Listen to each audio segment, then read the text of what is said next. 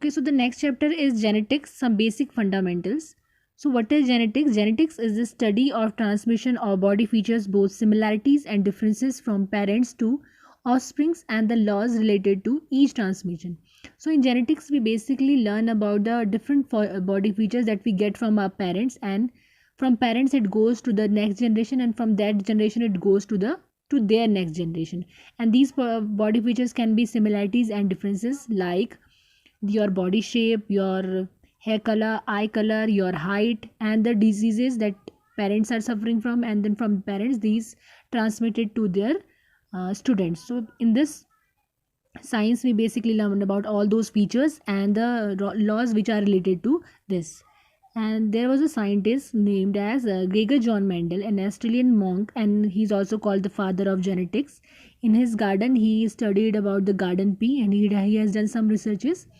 Of these researches he gave some laws, and all those laws are called Mendel's law of inheritance. So this is the picture of chromosomes arranged in pairs in order of their size and shapes, which are called karyotypes. Chromosome become distinct visible only during cell division. If you will see this figure, there are almost 23 pairs of chromosomes. In humans, we have the 23 pairs of chromosomes, that means 46 chromosomes. Normally the chromosomes are always arranged in pairs. Here you can see 1 2 3 4 5. All these chromosomes are similar in shape and size, and these chromosomes are called homologous chromosomes. Homologous chromosomes means the chromosomes which are quite same and shape similar in shape and size. So this is a homologous chromosome, homologous chromosomes. If we count from 1 to 22, these 1 to 22 chromosomes are identical chromosomes, so these are called autosomes. And the last one, which is XX in female and XY in male, is called the sex chromosome. This is called sex chromosome because this one defines the sex. Next is genes and their alleles. Genes are the specific parts of DNA segments of a chromosome which determine the heredity characteristics. Normally, we all humans have a similar number of chromosomes, that means which is 23 pairs of chromosomes, that means 46 chromosomes. But we all are different in our physical appearances, body functions, behavior, etc. It is because it is the outcome of chromosomes number, but these are the result of the units which are genes. So it is depends upon the chromosomes, genes which are carried by the chromosomes. The number of genes in humans is mostly, there are almost 30,000 genes in humans.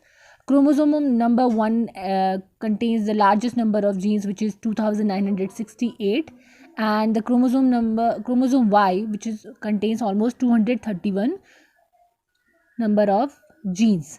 So genome is the full complement of the DNA, including all genes and the intergenic regions of an organism. So the whole sequence of DNA, which includes all the genes, is called the genome. Next is genes and their alleles. Genes I have told you. Next is alleles. Normally every gene has two alternative forms of a character producing different effects. These alternative forms are called the alleles. And what are the characters? Characters can be, okay, so characters can be anything like your hair color, your height, your eye color. So these can be the characteristics, and the alternative forms of these characteristics is called the alleles. For example, in the character of a tongue rolling, projecting the tongue out of the mouth in the form of a tube, which is like this. There are the two possibilities. Either one can roll the tongue or one cannot. So these are the two alleles of these gene, or one for rolling and the other one for the non-rolling. So these two called the alleles, and there will be only one gene for this characteristic, which is tongue rolling. And these alleles, in these of two alleles, one is always the dominant allele and the second is recessive allele. Out of the two alleles of a gene, one is dominant, which is super ruling, and the other is recessive, which is also called submissive. Dominating means which you can see mostly in the next generation, and which have the high chances of seeing in the next generation, and the recessive, which you will see very less in the next generation. So these are the some common dominating and recessive forms of some common hereditary traits in humans. Like these are the characteristics. Eye color. Suppose the eye color is brown and blue.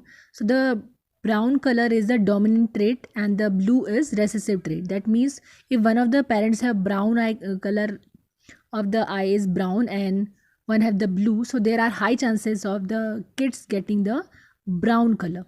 Similarly, in tongue, the rolling and non-rolling, rolling is the dominating one and the non-rolling is the recessive trait. Hand is right handness and the left handy. So right one is the dominating trait.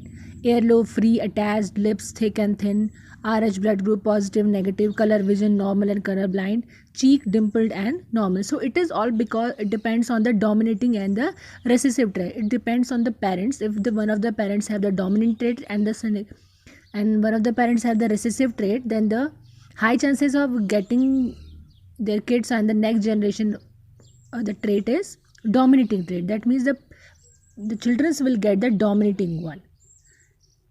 Okay.